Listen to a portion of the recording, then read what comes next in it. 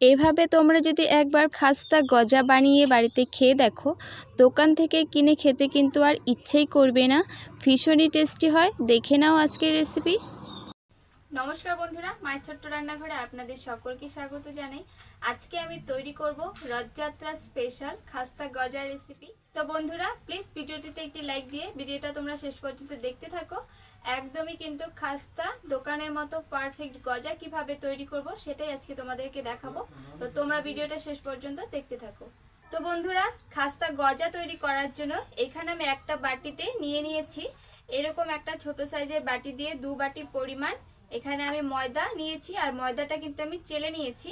তো এবার এর মধ্যে সমস্ত উপকরণ দিয়ে দেব। এর মধ্যে কিন্তু বেশি কিছু দেওয়ার দরকার নেই, সামান্য কিছু উপকরণ দিয়ে কিন্তু একদম দোকানের মতো পারফেক্ট খাস্তা গজা তৈরি করে নেওয়া যায়। এবার এই ময়দার মধ্যে আমি একদম 1 চিমটি পরিমাণ দিয়ে দিচ্ছি লবণ, খুবই কিন্তু সামান্য দিচ্ছি।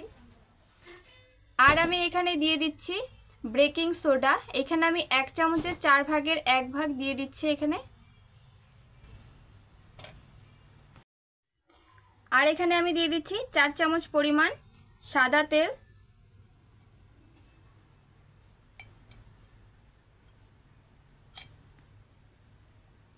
তোমরা চাইলে কিন্তু এখানে ঘি দিতে পারো। এবার আমি সমস্ত কিছু ভালো করে মিক্স করে নিচ্ছি, আর তেলটা কিন্তু ভালো করে ময়দার সাথে ময়ামটা দিয়ে নিতে হবে।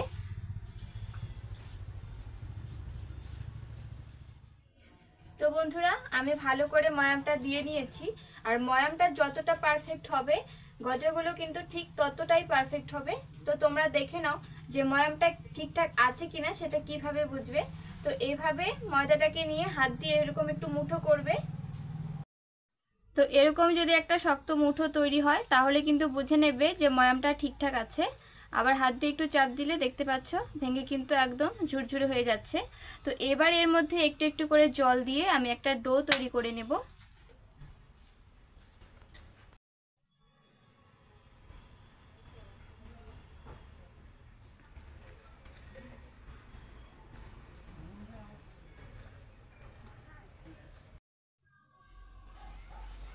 তো বন্ধুরা, আমি ডোটা বানিয়ে নিয়েছি দেখতেই পাচ্ছ। আর এই ডোটা কিন্তু বেশিক্ষণ সময় নিয়ে মাখার দরকার নেই, আর একদম কিন্তু আমরা যেরকম রুটি বানানোর জন্য যেরকম মসৃণ করে এই ডোটা তৈরি করি সেরকম করে ডলার কিন্তু দরকার নেই। তো তোমরা কিন্তু এরকম ভাবে মেখে নেবে, বেশি কিন্তু নরম করার দরকার নেই। তো এভাবেই আমি ডোটা রেখে দেব কিছুক্ষণের জন্য। আর এবার আমি চিনি শিরাটা তৈরি করে নেব, ততক্ষণ এই ডোটা একটু রেস্টে রেখে দিচ্ছি। এবার আমি চিনি শিরাটা তৈরি করে নেব। চিনি শিরা তৈরি করার জন্য এখানে আমি 1 বাটি পরিমাণ চিনি নিয়েছি, আর 2টো এলাচ মুখটা ফাটিয়ে দিয়ে দিয়েছি। আর এই বাটি দিয়ে আমি 2 বাটি পরিমাণ দেব জল।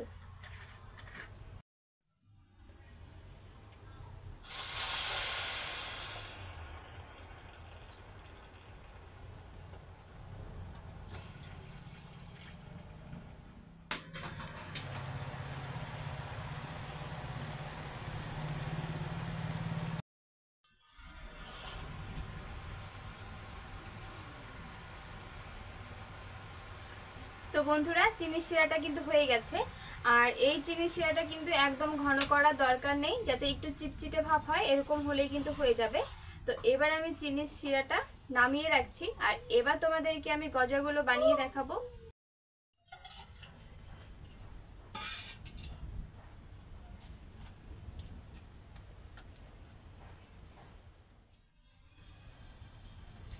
এবার আমি বেলে নেব আর গজাগুলোকে তৈরি করে দেখাবো যে কিভাবে তৈরি করতে হবে। তো আমি একটু তেল লাগিয়ে নিলাম।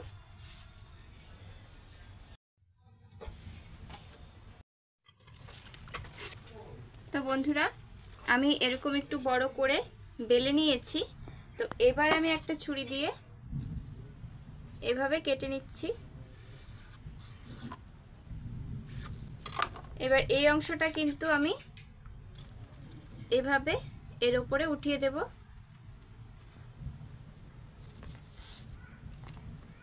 দিয়ে এবার আমি বেলে নেব আবার।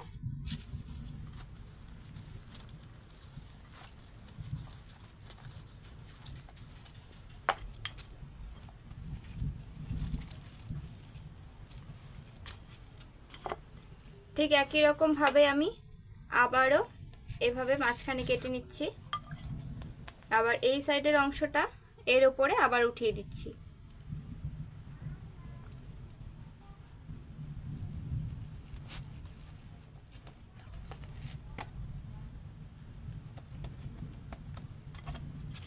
আবার আমি বেলে নেব। ঠিক এরকম ভাবে কিন্তু আমি 3 থেকে 4 বার এভাবে বেলে নেব।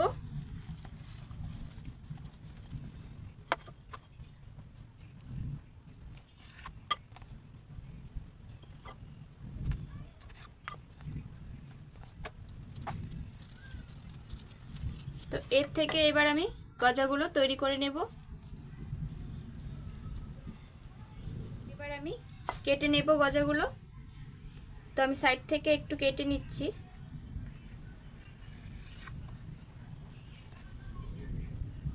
তোমরা যেরকম সাইজে তৈরি করবে তো ঠিক সেরকম ভাবেই কিন্তু কেটে নেবে তোমরা। তো এবার আমি এর থেকে গজাগুলো তৈরি করে নেব।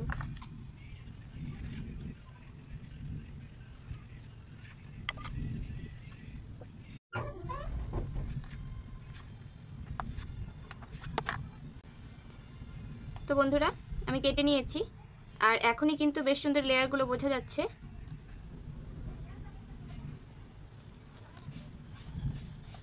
দিয়ে আমি আবারও তৈরি করে নেব।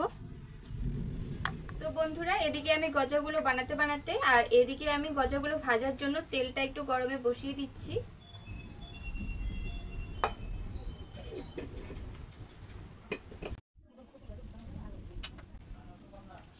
তো বন্ধুরা আমার সবগুলো গজা বানিয়ে নেওয়া হয়ে গেছে, আর তেলটা আমি চেক করে গজাগুলোকে ভেজে। তো বন্ধুরা আমি ছোট্ট একটা দিয়ে তেলটা চেক করে নিচ্ছি।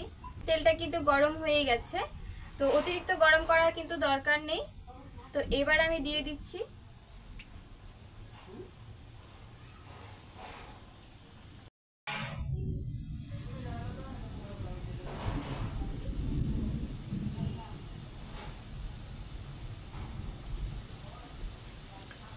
তো একদম মিডিয়াম আঁচে কিন্তু আমি এই গজাগুলোকে ভেজে নেব।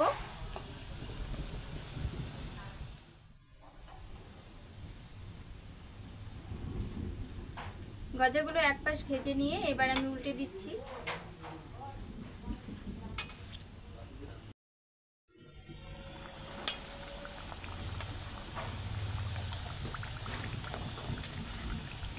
তো বন্ধুরা গজাগুলো কিন্তু বেশ সুন্দর কালার চলে এসছে, আর দেখতে পাচ্ছ ফুলে কিন্তু কতটা বড় বড় হয়ে গেছে গজাগুলো, আর বেশ সুন্দর কিন্তু লেয়ারগুলো কিন্তু বোঝা যাচ্ছে।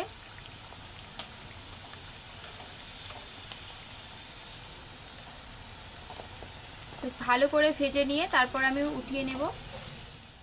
আর বন্ধুরা বানিয়ে রাখা চিনি শিরাটার মধ্যে আমি সামান্য একটু ফুড কালার দিয়ে দিচ্ছি।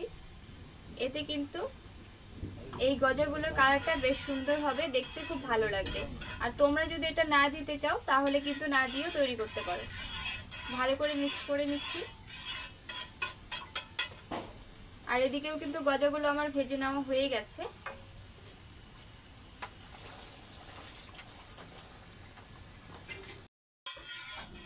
তো বন্ধুরা কালারটা আমি চিনির শিরার মধ্যে ভালো করে মিশিয়ে নিয়েছি। আর এবার আমার কিন্তু গজাগুলো ভেজে নেওয়া হয়ে গেছে, তো আমি উঠিয়ে কিন্তু একদম শিরার মধ্যে দিয়ে দেব।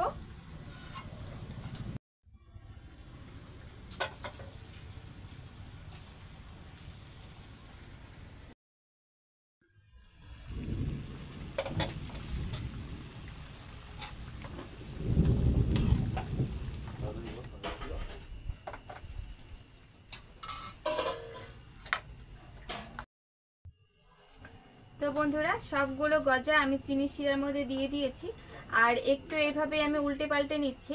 আর এই গজাগুলোকে আমি এবার বেশ কিছুক্ষণ সময়ের জন্য ঢেকে রেখে দেব, তারপর তোমাদেরকে আমি দেখাচ্ছি যে গজাগুলো কেমন হয়েছে। তো বন্ধুরা 5-6 মিনিট পর আবার ফিরে এলাম, আর এই গজাগুলো দেখতে পাচ্ছ চিনি শিরার মধ্যে রেখে দিয়েছিলাম, আর আমি 2-1 বার একটু উল্টে পাল্টে দিয়েছি। আর 5-6 মিনিট পর দেখতে পাচ্ছ একদম কিন্তু ফুলে একদম ভেতরে কিন্তু রসটা শুপে নিয়েছে, আর কত বড় বড় হয়ে গেছে গজাগুলো তোমরা দেখতেই পাচ্ছ। তো আজকের এই গজার রেসিপিটা তোমাদের কাছে কেমন লেগেছে অবশ্যই কিন্তু তোমরা কমেন্ট করে জানিও। ভালো লাগলে একটি লাইক করো, আর আমার চ্যানেলে নতুন বন্ধুরা এসে থাকলে অবশ্যই কিন্তু আমার চ্যানেলটাকে সাবস্ক্রাইব করে আমার পাশে থেকো। তো তোমরা যদি এভাবে একবার গজা বানিয়ে খেয়ে দেখো, আশা করছি তোমাদের ভীষণই ভালো লাগবে, আর দোকান থেকে কিন্তু কিনে খেতে আর ইচ্ছেই করবে না। বাড়িতেই কিন্তু এভাবে বানিয়ে বারবার খেতে ইচ্ছে করবে। ভীষণই টেস্টি হয়, ওপরটা কিন্তু একদম খাস্তা আর ভেতরটা একদমই রসালো। তো এবার আমি তোমাদেরকে একটা ভেঙে দেখাচ্ছি। দেখতেই পাচ্ছ কতটা নরম হয়েছে আর ভেতরটা কত সুন্দর রসালো। তো অবশ্যই তোমরা একবার হলেও ট্রাই করে খেয়ে দেখো।